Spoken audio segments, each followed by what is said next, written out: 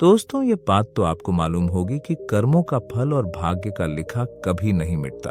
इस प्रकार अच्छे कर्म और बुरे कर्म नीचे धरती पर ही हिसाब किए जाते हैं और हम सोचते हैं कि हमें कोई नहीं देख रहा है, परंतु एक अलौकिक शक्ति है जो हमेशा हम पर नजर रखती है। जैसा बीज बोगे वैसी फसल प्राप्त करोगे, ये कहावत आपने से सुनी होगी।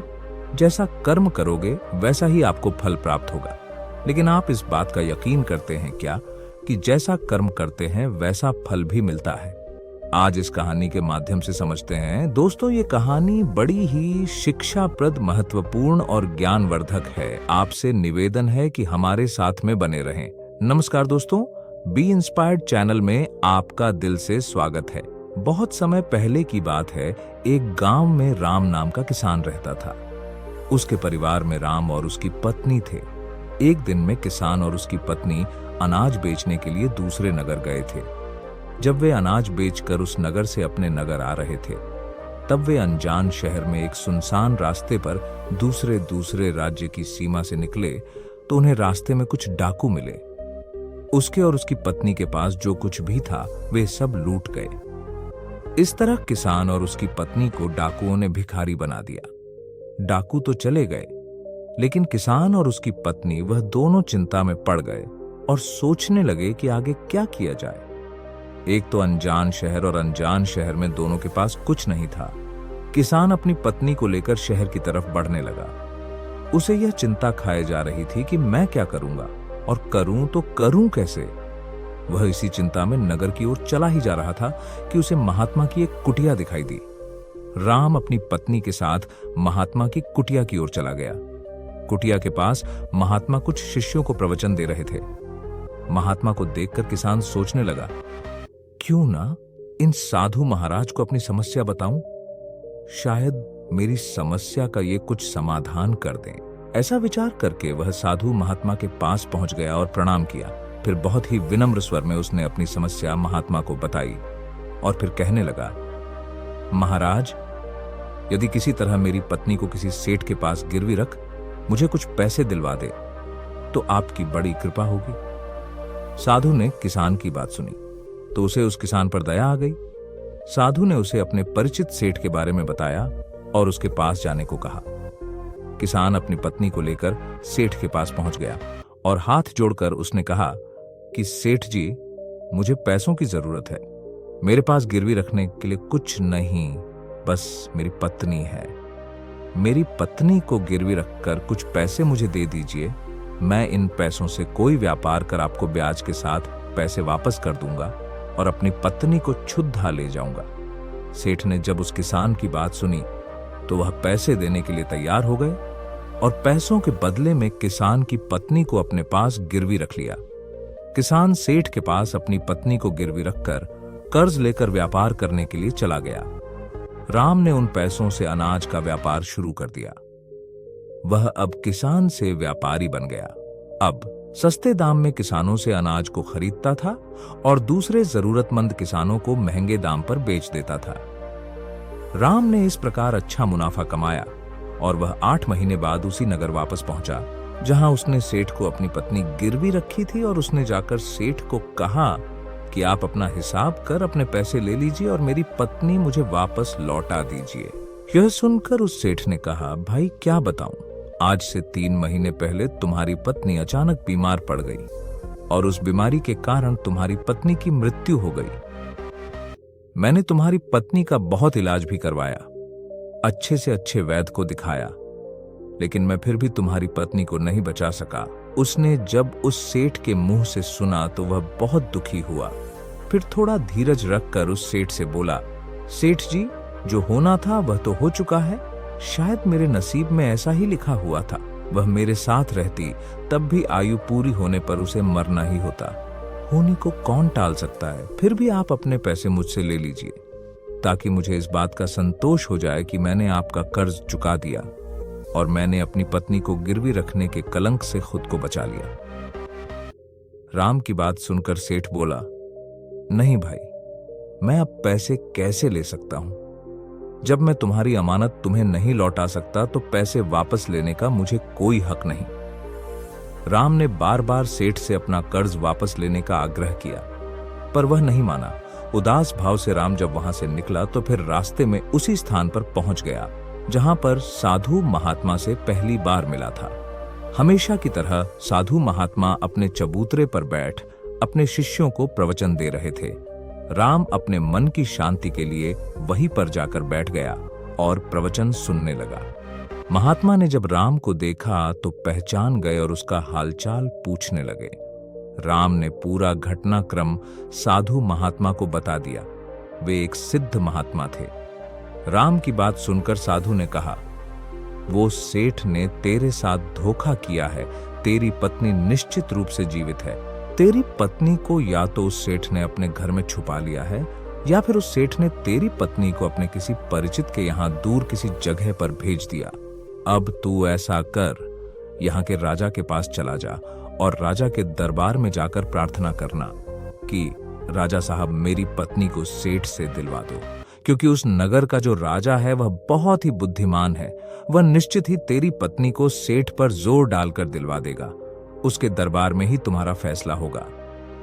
जब राम ने साधु महात्मा की बातों को सुना तो वह राजा के दरबार में जाने के लिए चल दिया। राम राजा के दरबार में पहुंच गया और दरबार में पहुंचकर राजा से गुहार लगाने लगा कि महाराज, मेरी पत्नी को सेठ से मुझे दिलवा दीजिए। महाराज, मैंने सेठ का कुछ धन उधार लिया था।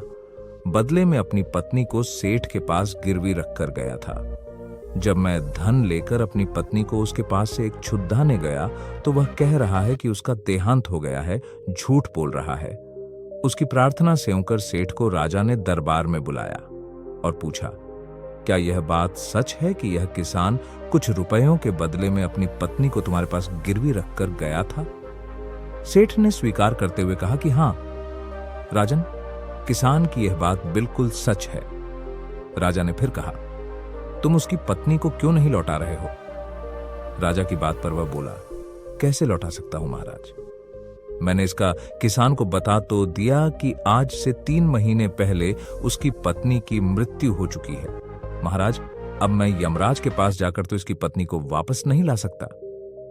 राजा ने पूछा, कोई गवाह है तुम्हारे पास जो इस बात की पुष्टि कर देगी उसकी पत्नी के लिए मृत्यु हो चुकी है? सेठ बोला, जी महाराज, इस बात की पुष्टि मैं अच्छी तरह से करवा सकता हूं। जिसने इस व्यापारी की पत्नी का इलाज किया था वह इस बात की गवाही दे देगा। बाकी जो श्मशान में जलाकर आए हैं वह भी गवाही दे देंगे। उसने इतने आत्मविश्वास से यह बात कही कि राजा को उसकी बात पर भरोसा हो गया। राजा ने कहा, राम, अगर तुम्हारी पत्नी जीवित होती तो हम अवश्य दिलवा देते।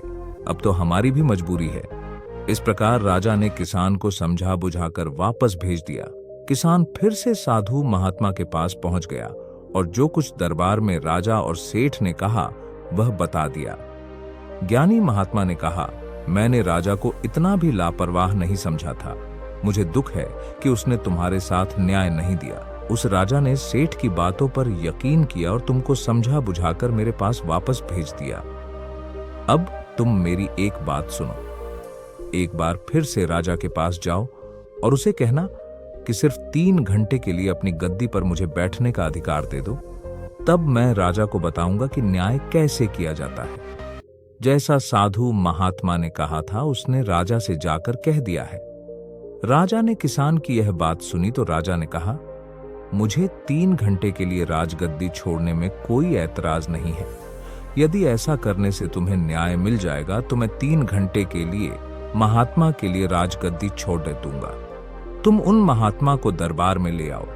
किसान ने जब राजा के ये वचन सुने तो वह साधु महात्मा के पास गया और साधु महात्मा को दरबार में ले आया। जब महात्मा दरबार में पहुंच गए तो राजा ने अपनी गद्दी साधु महात्मा को सौंप दी। राजगद्दी पर विराजमान होते ही साधु महात्मा के सामने उस सेठ को दरबार में प्रस्तुत किया गया। साधु ने सेठ जी से पूछा, आपने कहा कि इस किसान की पत्नी आपके पास रहते हुए 3 महीने पहले ही स्वर्ग से धार गईं और आपका कहना है कि आपके पास इसकी पत्नी के मरने के गवाह भी मौजूद है। क्या मैं आपके गवाहों से मिल सकता हूं? सेठ ने कहा, जी आप मिल सकते हैं। साधु महात्मा के आदेश पर सेठ के गवाह पेश किए गए। सबसे पहले साधु ने उस व्यक्ति को बुलाया जिसने राम की पत्नी का इलाज किया था। साधु ने पूछा, क्यों भाई, आपने ही राम की पत्नी का इलाज किया था? वह बोला, हाँ, मैंने ही राम की पत्नी का इलाज किया था। साधु ने कहा, अच्छा, मुझे ये बताओ, तुम राम की पत्नी का इलाज करने के लिए सेठ के घर जाते थे या फिर उसे तुम्हारे पास लाते थे? वह बोला, महाराज, सेठ जी मेरे घर आकर दवा ले जाते थे। साधु बोला, यानी तुम विश्वास के साथ यह नहीं कह सकते हो कि जाए सेठ दवा राम की पत्नी के लिए ही ले जाता है था या किसी और के लिए? साधु की बात सुनकर वह बोला, यकीन के साथ तो नहीं कह सकता कि सेठ किसके लिए दवाई ले जाते थे, लेकिन सेठ जी मुझसे दवाई जरूर ले जाते थे। साधु बोले, इसका मतलब तो यही हुआ कि तुम मरीज को बिना देखे दवाई दे देते थे। ये तो बहुत ही गंभीर बात है। तुम दवाओं के स्थान पर किसी को जहर भी दे सकते हो और हो सकता है तुम्हारे द्वारा दिए हुए जहर से राम की पत्नी की मृत्यु हो गई हो। यह सब सुनकर वैद्य का चेहरा डर के मारे पीला पड़ने लगा। उन्हें दबे स्वर में बोला, नहीं, मैं अपने मरीज को दवा के बदले जहर कैसे दूंगा, और इस तरह से मेरी सारी मान प्रतिष्ठा भी तो धूल में मिल जाएगी। वैद्य की बात सुनकर वे साधु महात्मा बोले, अब तो तुम ऐसा ही कहोगे। मैं तुम्हें अपने कर्तव्य के प्रति लापरवाही करने के लिए और एक मरीज के जीवन के साथ खिलवाड़ करने के लिए 400 कोढ़े लगाने का आदेश देने जा रहा हूं, और इसके साथ ही तुम्हारा मुंह काला करके सारे नगर में घुमाया जाएगा। अब तुम सोचो, वैद्य सच बोलोगे या फिर तुम्हें गिरफ्तार करने का आदेश दूं? यह सुनकर वैद्य का शरीर कांपने लगा और वह साधु के कदमों में जाकर गिर गया और बोला, हुजूर, मुझे माफ कर दीजिए। मैं स्वीकार करता हूं कि मैंने सेठ के किसी मरीज का कोई भी इलाज नहीं किया। सेठ ने तो मुझे पैसे दिए थे और कहा था कि यदि गवाही की आवश्यकता पड़े तो ऐसा कहकर उसके पक्ष में गवाही दे देना। बस मेरा इतना ही अपराध है कि मैंने लालच में आकर सेठ का प्रस्ताव स्वीकार कर लिया। राजा बने साधु महात्मा ने कहा, कुछ भी हो, तुमने झूठ का तो साथ दिया है, इसलिए मैं तुम्हें 100 कोढ़े लगाने का आदेश देता हूं। सैनिकों ने आज्ञा का पालन किया और व्यक्ति को पकड़ डेच कर भरी दरबार में उसे कोड़े लगाने लगे। पहला कोड़ा लगते ही वे जोर से चीख पड़ डिड्डा और कहने लगा, महाराज, मुझ पर रहम कीजिए। हर कोड़े के साथ उसकी चीखें राज दरबार से गूंज रही थीं। वैद्य के साथ ऐसा होते हुए देखकर सेठ की गवाह के तौर पर बुलाए गए 4 व्यक्तियों बैठ गए, जिन्होंने राम की पत्नी को श्मशान ले जाकर जलाने की बात कही थी। अब साधु की नजर उन 4 पर पड़ी। साधु ने उनसे पूछा कि क्या तुम बता सकते हो कि राम की मृत पत्नी का शव तुम सभी ने जलाया है? मुझे ये बताओ कि अंतिम संस्कार से पहले जब मृत शरीर को स्नान कराया जाता है, फिर उसे कफन में लपेटकर धरती पर रखा जाता है। स्नान के दौरान क्या तुमने स्त्री का मृत शरीर देखा? 4 ने कहा, नहीं हुजूर, उसका मृत शरीर तो हमने देखा ही नहीं था। जब सेठ ने अर्थी तैयार कर ली थी तब हमको बुलाया तो हम 4 ने उसको शमशान जाकर जलाया था।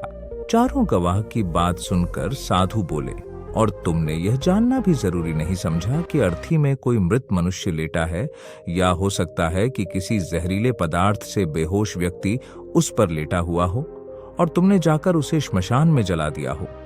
इस लापरवाही से किसी की जान भी जा सकती है। वे 4 व्यक्ति वैद्य की पिटाई देखकर पहले से ही भयभीत थे। जब उन्होंने साधु से मुख से ऐसी बात सुनी तो उनके हाथ पांव बिल्कुल ठंडे पड़ गए। जैसे ही साधु ने सेठ की तरफ देखा तो सेठ का चेहरा ऐसे काला पड़ीडी गया। साधु ने सेठ से कहा, सेठ जी, तुम्हारे 5 गवाहों की तो पहले से ही हवा निकल गई है। अब तुम बताओ कि किसी की इच्छा के विरुद्ध किसी की पत्नी को अपने घर में रखना कितना बड़ा अपराध है। अब तुम कौन सी सजा पाना पसंद करोगे? सेठ का चेहरा सफेद पड़ गया था। राजा बने साधु ने कहा, सेठ, इससे पहले कि मैं तुम्हें 10 साल का कठोर कारावास की सजा दे दूं, अभी समय है कि तुम राम की पत्नी के दरबार में हाजिर कर दो। सजा के डर से सेठ ने तुरंत ही अपने सेवकों को अपने घर भेजा और सेवकों को घर भेजकर राम की पत्नी को दरबार में प्रस्तुत कर दिया। साधु ने सेठ से लेकर किसान को उसकी पत्नी सौंप दी और सेठ को झूठी गवाही के अपराध में 5 महीने की कैद की सजा सुना दी और उन 4 गवाहों को कड़ी से कड़ी सजा दी गई। अब राजा आश्चर्यचकित होकर साधु के सामने हाथ जोड़कर बोले, महात्मा, आप धर्मी हैं। आपने मुझे सिखाया दिया कि न्याय कैसे किया जाता है। अब मैं आपको बताता हूं कि इंसान अपनी पत्नी को अकेला छोड़ दता है तो उसे बहुत अत्याचार सहना पड़ता है। पहला स्थान, अगर आपकी पत्नी को कोई बीमारी हो या वह बीमार DDH जाए तो कभी उसको बीमारी में अकेला छोड़ कर नहीं जाना चाहिए, क्योंकि जब कोई मनुष्य किसी से विवाह करता है तो विवाह के समय वचन देता है कि मैं तेरे सुख दुख में और आजीवन तुम्हारे साथ रहूंगा। इसीलिए बीमारी की हालत में उसके साथ सदैव बने रहिए और उसकी देखभाल करिए। जिस तरीके से पत्नी अपने पति की सेवा करती है, उसी तरह से पति का भी कर्तव्य होता है कि अपनी पत्नी की सेवा में हमेशा तत्पर रहे। ये आपका कर्तव्य है। दूसरा स्थान है, अगर आपकी पत्नी पर कोई दोष, कोई झूठा लांछन लगा रहा है, ऐसी स्थिति में सदैव उसके साथ रहना चाहिए, क्योंकि एक लड़की अपने माता पिता को इसलिए छोड़ कर आती है कि उसे आस होती है कि मेरा पति मेरा साथ देगा। तीसरा स्थान, कभी भी अपनी पत्नी को किसी भी अनजान पुरुष के पास नहीं छोड़ देना चाहिए, क्योंकि आज के समय में किसी का कुछ नहीं पता कौन किसके साथ कब धोखा कर दे। दोस्तों, इसी के साथ अपने इस वीडियो से क्या सीखा नया मुझे कमेंट बता सकते हैं, और आपको आज के वीडियो पसंद आया हो तो इसको उसे शेयर करें जिसको इसे सुनने की जरूरत है, और चैनल को सब्सक्राइब जरूर करें। चलिए ऐसी मिलते हैं ऐसी अन्य कहानी से साथ। अपना ख्याल रखें। धन्यवाद। नमो बुद्धाय। चैनल को सब्सक्राइब करना ना भूलें।